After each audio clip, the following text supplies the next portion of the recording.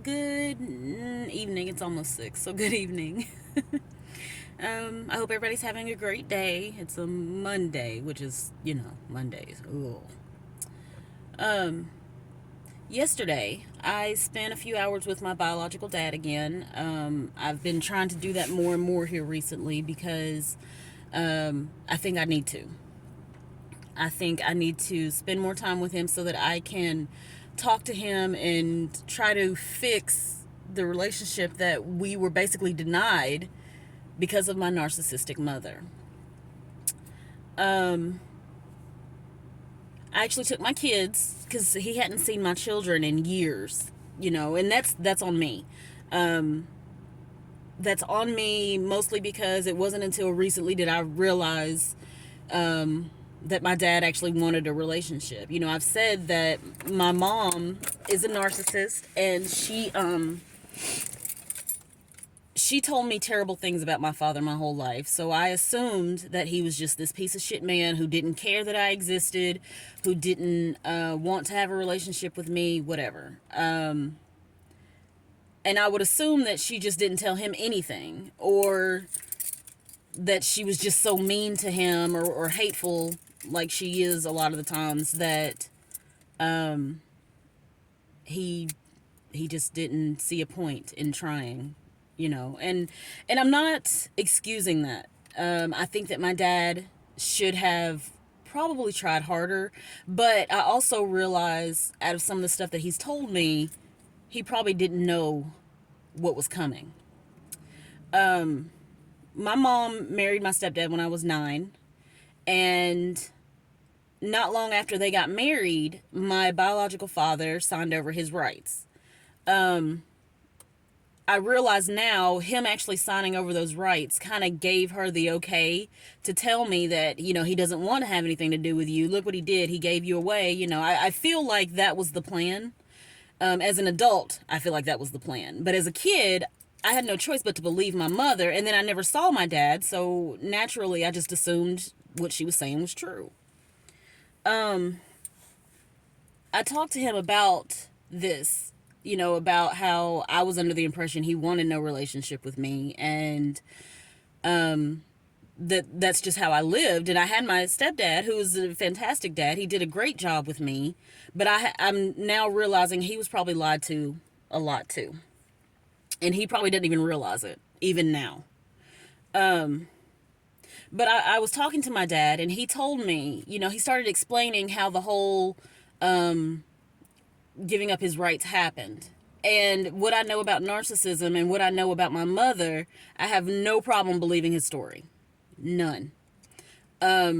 What he told me is that after my mom got married, her and my stepdad and my biological father, they got together and they talked about it. And my mother told my dad, or my real dad, she said that if you should sign your rights over. Nothing is going to change. You can still see Chastity whenever you want. You can come and get her whenever you want. We'll still keep you in the loop, but it'll be easier if you sign over your rights. And I want to also say this. My dad was young at the time. Signing over his rights probably did sound good to him because he has 2 other children that he was also paying child support for. And I think he even told me at one time he had 3 jobs to make sure that his child support was paid for all 3 of us. So I think in his mind, he thought, okay, well, if I still get access, everything's going to be the same. Yeah, I'll go ahead and sign it over. I still get to see my kid. No big deal. And I wish he had known what I know now. And I wish he had never signed those papers. Because once he did sign those papers, everything was completely within my mother's control at that point, which is obviously what she wanted. So he was under the impression that, nothing was going to change. I'd still get to see him. He'd still get to come get me, whatever he wanted to do, yada, yada, yada. That is what my mother told him. Not only that, he said she was so nice through this whole process. Love bombing. Which is obviously, this is why I believe him, because I have so many examples in my own life where she's been super nice only to get what she wanted. And then she'd go right back to being the same bitter, angry woman that she always seemed to be at home. So he said that once he signed those papers, once the judge stamped it, he said everything changed. From that moment, he was out. And from that moment, she was terrible to him, which is what they do. Which is why I always tell people, especially people who are just finding out about narcissism, don't fall for the sweetness. Because it's not real. It is a ploy to get what they want. If they're only nice when they want something, you have to recognize that that has nothing to do with who they are, but everything to do with that situation. So right after the judge signed it and stamped it, that was it. I don't know that I saw my dad very much at all after that. When I would see him, it would be when I'd go to visit my grandmother who lived next door. And, I would see him every now and then, but I was growing up. I wasn't seeing my dad as much. I've been told constantly he wants nothing to do with me anyway. So it didn't, I just don't see my dad anymore. It is what it is. I got my stepdad. It's no big deal. But I'm sitting here thinking, I can't believe that my mom did that still. I know she hates my dad, my father. I know she does. Because she cannot control him. But she also can't control me. And something I used to hear as a kid all the time is, you're too much like him. You didn't even grow up with him. You weren't raised like them. They are terrible people. The fact that you were just like them, I don't understand it. You weren't even in that environment. It's in the blood. I am just like my biological father. We think the same. We reason the same. And now that I'm an adult, I can fully understand why she talks so much shit about him. Narcissists need to be able to control you. And if they can't control you, you are useless and garbage to them. So I was the daughter of the man that she couldn't control, and I turned out to be just like him. Anyway, even though she did everything in her power to make sure that I turned out like her. But I think she's crazy. I would have never turned out like my mother. Even if I didn't turn out like my dad, I still would not have turned out like her. Because I see what she is. And it was just so sad to me to hear my dad say, if I had known she was going to do this, I never would have signed those papers. And it breaks my heart because that's a relationship I still need, even if I had a stepdad. But my mother hated that side of the family so much, her plan was to erase it. When she married my stepdad, I think before they got married, she told me that I had to call him dad. I was going to call him by his name because I knew who my father was. And it's not disrespectful to call him by his name because he's not my biological father. But she made me call him dad from the time I was, 9 years old? And yes, he is my dad. I see him as my dad, but I also knew who my father is. It's amazing to me that my mom's mindset was so twisted, even back then, that she saw nothing wrong with trying to eliminate half of who I am. So we had a conversation one day, me and my mom, and I told her, I said, I understand that you have an issue with those people, but you can't be mad at me because I'm like them, because whether you like it or not, their blood runs through my veins. You might hate them, but at some point you loved, or at least pretended to love them, and then pretended to love my father. And it's not fair to me or him that just because you don't like the situation, I can't be a part of it. That's not okay.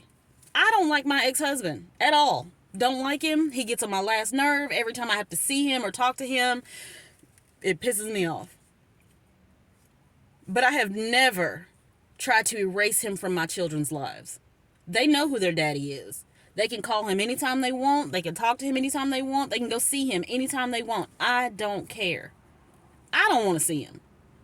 But the point that I'm trying to make is my mother is so much about herself and her desire for the image of perfection that she was willing to ruin what could have probably been a beautiful relationship between me and my father.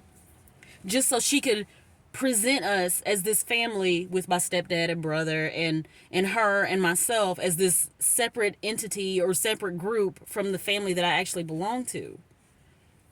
And what's so crazy is when she married my stepdad and they had my brother, I felt like the redheaded stepchild anyway. Because she doted on my brother so much. And it's like I didn't exist anymore. And then that only got worse the older I got and the more I developed, because then she couldn't, when I started developing, it was like having a jealous older sister then. It took her forever to buy me a bra because she kept saying I didn't need one. I needed one. But I think that in her mind, if my daughter needs a bra, then she's getting older, which means I'm getting older, which, I don't think narcissists like the fact that they age. I'm not sure on that. I'm going to have to do some research. But it was just, I realized my mother willingly ruined a relationship between me and my father because she didn't like them. And I guess her hope was that I would grow up and be like her. Now, if she didn't treat me so badly, I might have. But I just remember even as a kid thinking, why would she say something like that to me? Or why would she do that? Or that was really unnecessary. Why is she screaming like that? Why is she so mad all the time? Why did she just come home from work and is yelling at everybody in the house for nothing? You just got here. What could have happened between the car and the back door that you're this angry? But they have to unload and they have to dump. And because they don't want to deal with their emotions like regular, normal people, they spew it out on everyone else. And I got the brunt of it because I was the black sheep. I was the one she could not control. And you know what? That's not even true. When I was a kid, she could. It was when I started to develop my own autonomy did she really start to treat me wrong. I don't get it. The age my children are right now is the same age that I was when I was ready to clock out. Because I was so depressed and so angry and so sad and confused all the time. It's just, it's crazy.